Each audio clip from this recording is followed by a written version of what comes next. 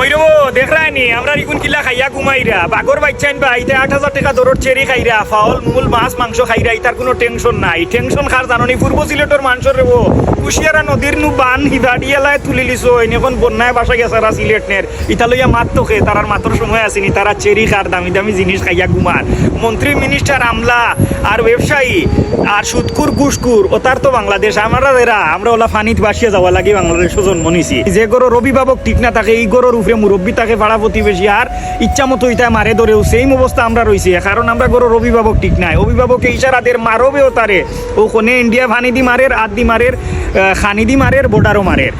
যদি ওগুন ঠিক থাকতাও দেখুন ঘুমাইরা ওগুন যদি ঠিক থাকতা বাংলাদেশ ইলাখান অবস্থা হইতো না কিংবা ফানি দিয়া সময় সময় ইন্ডিয়া ইলা মারতো না আন্তর্জাতিক আইন আছে নদীর